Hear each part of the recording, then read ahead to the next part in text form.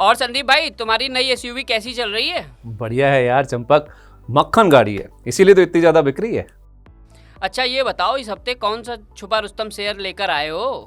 देखो, तुमने गाड़ी की चर्चा की तो इस हफ्ते एक ऐसा शेयर बताऊंगा जो खास तौर पर व्हीकल्स में इस्तेमाल होने वाले बेरिंग बनाती है और ज्यादातर दिग्गज ऑटो कंपनियां इसकी कस्टमर हैं। अरे वाह संदीप, कौन सी कंपनी है? कंपनी का नाम है मेनन बेरिंग्स लिमिटेड, जिसे हम MBL के नाम से भी जानते हैं। तो बताओ ना कंपनी के बारे में डिटेल से। बताता हूं, सबसे पहले इसके कारोबार के बारे में डिटेल में जान लो। MBL साल 1994 में कामकाज की शुरुआत करने वाले मेनन ग्रुप का हिस्सा है। कंपनी कोल्हापुर महाराष्ट्र में मेनन एल्कॉप यानी एल्यूमिनियम कास्टिंग समेत कुल 3 प्लांट्स में bearings, bushings, thrust washers, bi metal strips के साथ साथ एल्यूमिनियम डाई कास्ट प्रोडक्ट्स जैसे क्रिटिकल उत्पाद बनाती है। MBL के उत्पादों का इस्तेमाल हैवी कमर्शियल व्हीकल यानी HCV, लाइट कमर्शियल व्हीकल यानी LCV, ट्रैक्टर्स, कंस्ट्रक्शन उपकरणों, material handling, stationary engines, diesel engines, gasoline और CNG इंजन में होता है। साथ ही कंपनी के उत्पाद फ्रिज और AC इत्यादि में लगे कंप्रेसर में भी इस्तेमाल होते हैं। कई तरह के उत्पाद बनाने के चलते ये कंपनी हनीवेल जैसे ग्लोबल OEMs के लिए सिंगल सोर्स वेंडर है। कंपनी के पास 1000 से ज्यादा डीलर्स और डिस्ट्रीब्यूटर्स का मजबूत और लंबा चौड़ा आफ्टर मार्केट डिस्ट्रीब्यूशन नेटवर्क है। कंपनी के पास देश भर में 10,000 से ज्यादा रिटेल आउटलेट हैं।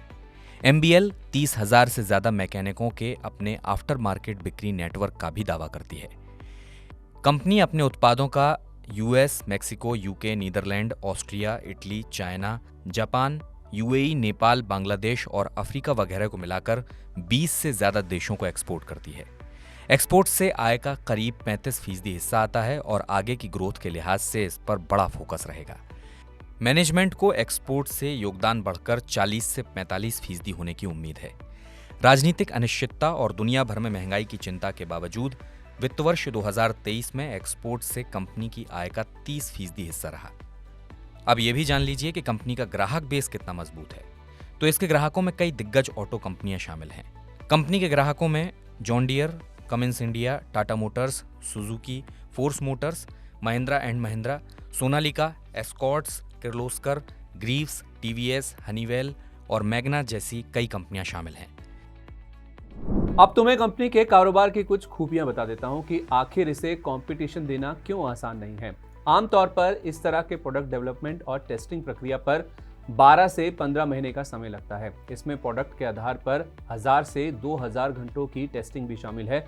उत्पादों का क्रिटिकल नेचर होने के चलते इस कारोबार में सीमित कंपनियां यानी कि बहुत कम कंपनियां हैं, क्योंकि एंट्री बैरियर काफी बड़ा है।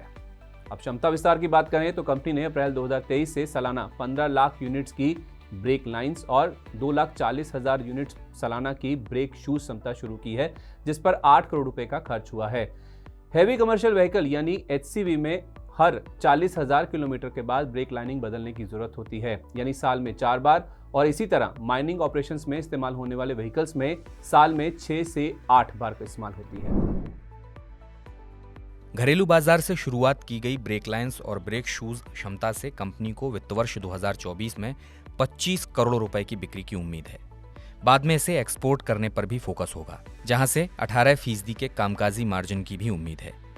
इसके अलावा वित्त वर्ष 2025 तक यानी 2 साल में कंपनी की क्षमता विस्तार पर 30 करोड़ रुपए खर्च करने की योजना है। इसमें 40% खर्च बाई मेटल यानी बियरिंग वगैरह पर खर्च होगा और 60% खर्च एल्कॉप डिवीजन की क्षमता बढ़ाने पर होगा।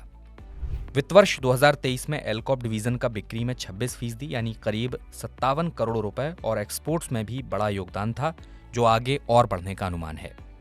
एल्कॉप डिवीजन में अस्थिरता से बाई मेटल पर निर्भरता में कमी हुई और कारोबार डी रिस्क हुआ है। कामकाजी मुनाफे के मार्जिन है ये दूसरे ऑटो कंपोनेंट्स के कंपैरिजन में बहुत बढ़िया है। करीबन 25-26% के कामकाजी मुनाफे के मार्जिन पे ये काम करते हैं, जो बहुत ही बेहतरीन है और कोई दूसरे ऑटो कंपोनेंट कंपनी में हमने ये देखा नहीं है। तो ओवरऑल ऑटो कंपोनेंट प्ले है। जैसे ऑटो कंपोनेंट कंपनीज के वॉल्यूम्स बढ़ेंगे तो इस कंपनी को भी फायदा होना चाहिए। समझ गया संदीप, तुमने काफी विस्तार से कंपनी के कारोबार के बारे में बताया, लेकिन कंपनी का वित्तीय प्रदर्शन कैसा है ये भी तो बताओ। जरूर बताऊंगा भाई। कारोबार बताया तो बिक्री के आंकड़े और मुनाफा भी बताऊंगा। बस थोड़ा सा चिल मारो यार चंपक। देखो, मुश्किलों वाला साल होने के बावजूद वित्त वर्ष 2023 में कंपनी का वित्तीय प्रदर्शन काफी मजबूत रहा है। FY23 में आय भले ही करीब 11% बढ़ी है, पर कामकाजी स्तर और मुनाफे में आय के मुकाबले ज्यादा ग्रोथ देखने को मिली है। इस दौरान कंपनी का मुनाफा 32% बढ़कर 33 करोड़ रुपए पर पहुंच गया है। पूरे साल में से चौथी तिमाही की बात करें तो प्रदर्शन काफी बेहतर है। चौथी तिमाही में मुनाफे की ग्रोथ पूरे साल की तुलना में ज्यादा रही है।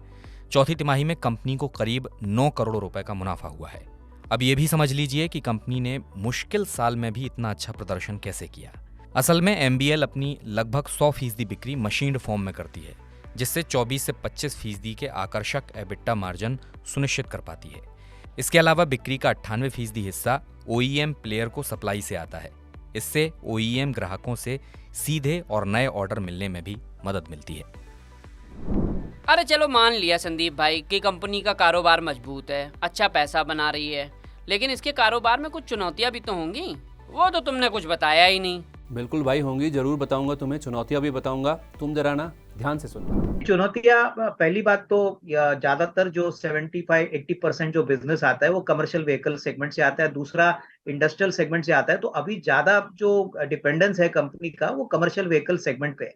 दूसरी बात, इनको आने वाले कम से कम 3-4 सालों के बाद, अभी नहीं, हो सकता है कि इलेक्ट्रिक व्हीकल से थोड़ा सा कंपटीशन फेस करना पड़े, लेकिन मैनेजमेंट ने कहा है कि इनका जो प्रोडक्ट सेगमेंट है कमर्शियल व्हीकल्स जो ज्यादातर डीजल पे चलते हैं, वहां पे इलेक्ट्रिक व्हीकल्स का आना थोड़ा सा मुश्किल वाली बात है। तो करंटली ऑटो सेक्टर पे डिपेंडेंस है और उसमें कमर्शियल व्हीकल्स पे ये ज्यादातर डिपेंडेंट है। तो ये सबसे बड़ी चुनौती है। अगर यहाँ पे कोई स्लो डाउन होता है या कोई डिमांड में कमजोरी आती है तो इसका असर कंपनी के ऊपर नेगेटिव आ सकता है। संदीप भाई चलो कहानी काफी हद तक समझ में आ गई, लेकिन इसके शेयरों का क्या हाल है?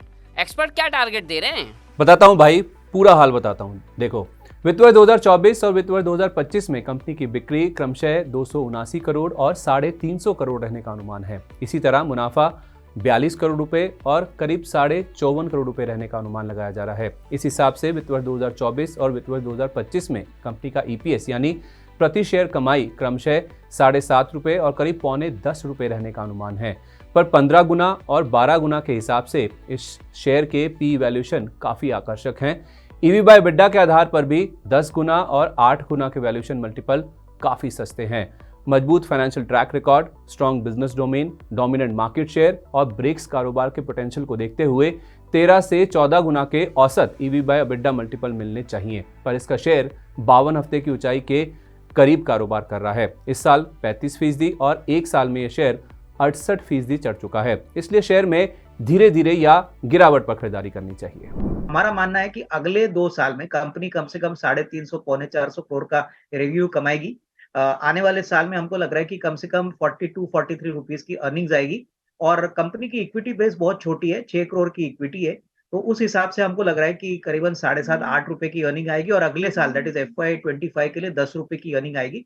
इस कंपनी को हमने ईवी टू इबिटा पे वैल्यू की है, करीबन 9 का ईवी टू इबिटा का वैल्यूएशन निकल रहा है। ऐसी कंपनी जहां पे कंपनी का मार्जिन 25-26% है, जहां पे आरओसी 25% है, रिटर्न ऑन इक्विटी 25% है, इसको कम से कम 13-14 का ईवी टू इबिटा मिलना चाहिए। हमारा मानना है अगले 12 महीने में ये कम से कम 200-210 तक जाने का पोटेंशियल रखता है। तो कुछ समझ में आया चंपक? कैसा लगा आज का ये शेयर? हाँ संदीप भाई, कंपनी काफी मजबूत लग रही है। अब तुमने इतने विस्तार से कहानी बताई है तो इसमें निवेश कर ही देता हूँ, कुछ पैसे मैं भी बना लूंगा।